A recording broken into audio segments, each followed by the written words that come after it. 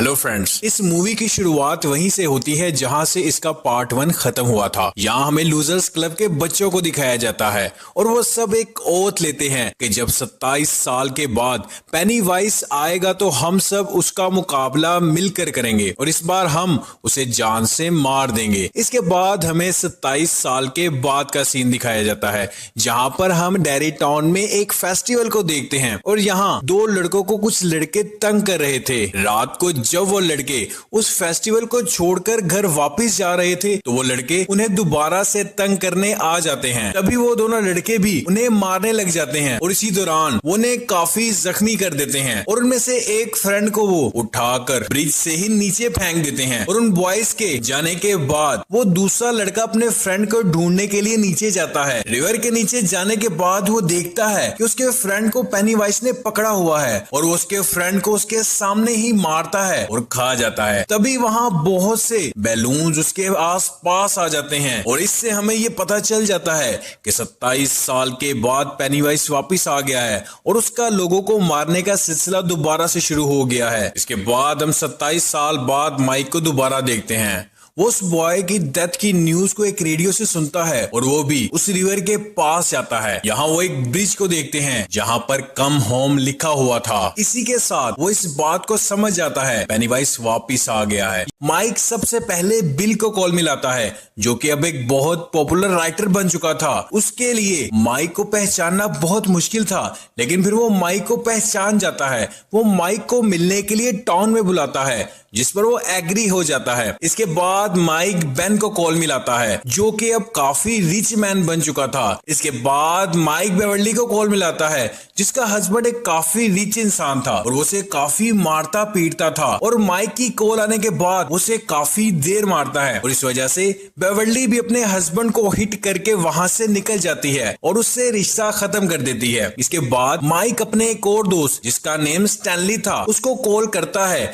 लेकिन उसका दोस्त माइक की कॉल से इतना डिस्टर्ब हो जाता है कि वो बाथरूम में जाकर सुसाइड ही कर लेता है। यहाँ वो सब डेरी टाउन में वापस आ जाते हैं और वो सभी एक रेस्टोरेंट में जाकर एक दूसरे से मिलते हैं। वो वहाँ एक दूसरे से अपने बचपन की काफी बातें शेयर करते हैं और यहाँ वो अपनी यादों को ताजा कर रहे थे। यहाँ माइक ने उन्हें जिस मकसद के लिए बुलाया था वो उन्हें बताता है कि आखिर 27 साल के बाद पेनीवाइज वापिस आ गया है और लोगों की डेथ्स होना शुरू हो गई हैं। वो उन्हें याद दिलाता है कि क्योंकि उन्होंने वहां ब्लड ओथ ली थी इसलिए वो सब मिलकर उस पेनीवाइज का मुकाबला करेंगे और इस बार उसे जान से मार देंगे। ये सुनकर वो सभी फ्रेंड्स काफी डर जाते हैं क्योंकि उनमें से कोई भी पेनीवाइज का मुकाबला दोबारा करना नहीं चाहता था। इसके बाद वो सभी एक एक करके अपनी फॉर्चून कुकीज को ओपन करने लग जाते हैं और उसमें लिखा था guess Stanley could not cut it. वो ये पढ़ने के बाद समझ जाते हैं कुछ ना कुछ गड़बड़ जरूर है। वो समझ जाते हैं कि उनके फ्रेंड के साथ कुछ ना कुछ जरूर हुआ है। वहां से बाहर आने के बाद उनकी फ्रेंड स्टैनली को कॉल मिलाती है और यहाँ उन्हें पता चलता है कि स्टैनली की डेथ हो गई है और उसने अब सुसाइड कर ली है। ये सुनने के बाद सब बहुत घबरा जाते हैं और वहां से जाने लग जाते हैं लेकिन माइक बिल को अपने साथ रुकने के लिए एग्री कर लेता है। माइक बिल को उसी जगह लेकर आ जाता है जहाँ पर वो रहता था और वो जगह एक लाइब्रेरी थी और वो माइक को एक ड्रिंक पिलाता है जिससे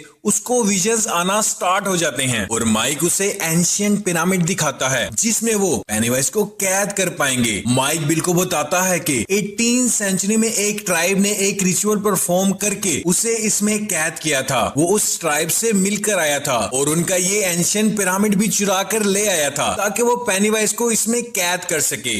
यहाँ पर बिल बहुत से विजन्स को देखता है जिन्हें देखने के बाद वो पेनीवाइज को खत्म करने के लिए एग्री हो जाता है। दूसरी तरफ बेवर्ली बेन को बताती है कि उसने हमेशा अपने ड्रीम्स में अपने फ्रेंड्स को मरता हुआ देखा है। वो बताती है कि इस वजह से उसे पता था कि उसका फ्रेंड स्टैनली भी सुसाइड करके अपनी जान दे देगा। यहाँ वो उन्हें समझाती है कि अगर उन्होंने पेनीवाइज को अभी ना मारा तो वो हमें 1 by 1 मार देगा और यहाँ वो सभी मिलकर पेनीवाइज को मारने का डिसाइड करते हैं। माइक उन्हें बताता है कि अगर पेनीवाइज को मारना है तो उन्हें एक रिचुअल परफॉर्म करना होगा और इस रिचुअल को परफॉर्म करने के लिए उन्हें उनके पास से कनेक्टेड चीजों को लेकर आना होगा ताकि वो उन सब चीजों को जलाकर पेनीवाइज का खात्मा कर सकें और ये सब कुछ वो उसी एंशिएंट पिरामिड में ही करेंगे। इसके बाद वो सभी फ्रेंड्स अलग अलग होकर अपने पास से कनेक्टेड चीजों को ढूंढने लग जाते हैं। यहाँ सबसे पहले बेवर्ली को दिखाया जाता है जो कि उसी घर में आ जाती है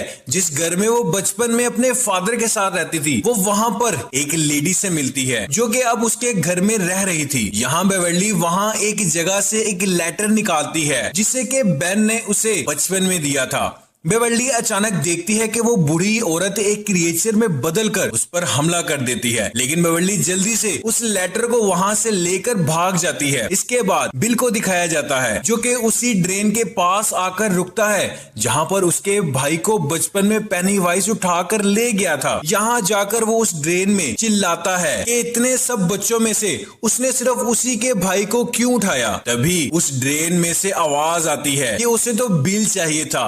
जब उसे बिल नहीं मिला तो उसके भाई को उठाकर अपने साथ ले गया। तभी उसको ड्रेन में उसका भाई हाथ में वही बोर्ड पकड़े हुए दिखाई देता है जो कि उसके भाई ने उसको बना कर दी थी। यहाँ बिल अपना हाथ आगे बढ़ाकर अपने भाई को पकड़ने की कोशिश करता है, लेकिन तभी पेनीवाइज बहुत से हाथों को आगे बढ़ाकर बिल को अंदर खींचने की कोशिश करता है, लेकिन बिल जल्दी से खुद को बचाते हुए उससे अपने भाई को बना कर दी हुई बोर्ड को अपने साथ ले आता है। इससे उसको भी उसके पास से जुड़ी हुई चीज मिल जाती है और इसके साथ ही सबको उनके पास से कनेक्टेड चीजें मिल जाती हैं। इसके बाद वो सभी मिलकर उसी कुएं वाले पुराने घर में जाते हैं और वो सभी जैसे ही घर में एंटर होते हैं इसी के साथ पेनीवाइज उन पर अटैक कर देता है। यहाँ पेनीवाइज बेन के पेट पर चाकू से होम एट लास्ट लिखता है और वो सब उसे सामने के मिरर में देख पा रहे थे। इससे पहले कि वो इसका सर काटता उनकी फ्रेंड उस मिरर को तोड़ देती है। इसके साथ ही सब कुछ नॉर्मल हो जाता है। इसके बाद उनके सामने स्टैनली के बचपन का हेड दिखाया जाता है जो कि देखते ही देखते एक स्पाइडर में बदल जाता है और ये स्पाइडर रिची पर अटैक कर देता है जिसे बेन और बिल मिलकर बचाते हैं। यहाँ ये सब लोग उसी कुएं में जाते हैं और यहाँ उन्हें एक खुफिया दरवाजा मिलता है और उस रास्ते से होते हुए वो उसी जगह पर आ जाते हैं जहाँ पर पेनीवाइज फर्स्ट टाइम हमारी इस दुनिया में आया था। यहाँ पर एक अजीब सा पिरामिड बना हुआ था। वो सब उसके बीच में जाते हैं और वहां जाकर उसके बीचों बीच अपने एंशिएंट पिरामिड रख देते हैं। उसके बाद माइक उस पिरामिड को आग लगा देता है और वो सब अपने पास से जुड़ी हुई चीजों को उसमें डाल देते हैं और इसके बाद वो सभी रिचुअल परफॉर्म करना शुरू कर देते हैं। रिचुअल परफॉर्म होने के साथ ही 3 लाइट्स ऊपर से नीचे की तरफ आती हैं। दरअसल ये तीनों लाइट्स ही पेनीवाइज की रियल फॉर्म थी और वो लाइट्स आकर उसी पिरामिड में चली जाती हैं। तभी माइक उस पिरामिड को बंद करने की कोशिश करता है, लेकिन तभी उसमें से एक बहुत बड़ा बैलून बाहर निकलकर फट जाता है और उसमें से पेनीवाइज निकलता है और उन्हें बताता है कि तुम लोगों को तो रिचुअल भी परफॉर्म नहीं करना आता। वो यहाँ उन्हें बताता है कि इस रिचुअल के मुताबिक जो लोग भी इस रिचुअल को परफॉर्म करेंगे वो मर जाएंगे। दरअसल ये हकीकत माइक ने अपने दोस्तों से हाइड रखी थी और इस हकीकत को जानने के बाद वो सभी बहुत घबरा जाते हैं और वो सभी माइक पर गुस्सा होते हैं और इसी के साथ पेनीवाइज एक बहुत बड़े से स्पाइडर में तब्दील हो जाता है और उन लोगों को मारने के लिए उन पर अटैक कर देता है और उन सबको अलग अलग विजन्स दिखाता है। वो उन सबको उसी चीज से डराता है जिससे वो डरते हैं। इसके बाद पेनीवाइज रिची को अपनी लाइट्स दिखाता है जिससे वो हवा में फ्लाई करता है और हवा में ही बेहोश हो जाता है। यहाँ उनका एक फ्रेंड एडी हिम्मत करते हुए एक रोड उठाकर पेनीवाइज की तरफ फेंकता है जो कि सीधा उसके मुंह में लग जाती है और इससे वो काफी जख्मी हो जाता है और तड़पने लग जाता है। उसे तड़पता देखकर एडी समझता है कि उसने उसे मार दिया है। तभी पेनीवाइज उसके पीछे से आकर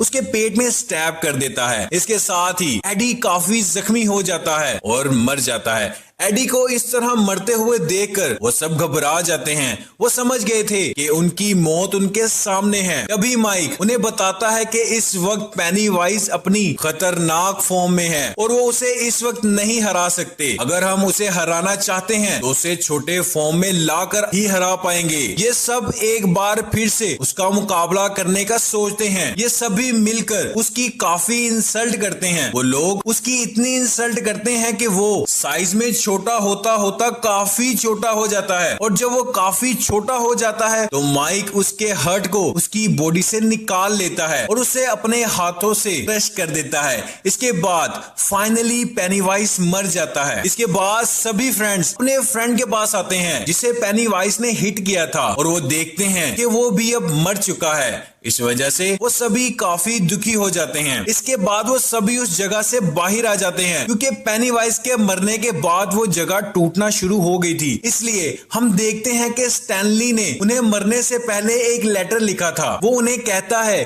कि माइक की कॉल आने के बाद वो काफी ज्यादा डर गया था। उसने लिखा था कि वो जानता था कि वो पेनीवाइज का मुकाबला नहीं कर सकता, और वो वहां उन लोगों की हेल्प करने की बजाय बल्कि उनके लिए टेंशन बनेगा। इसलिए उसने सुसाइड को ही सबके लिए ज्यादा बेहतर समझा, और इसी के साथ ये मूवी एंड हो जाती है।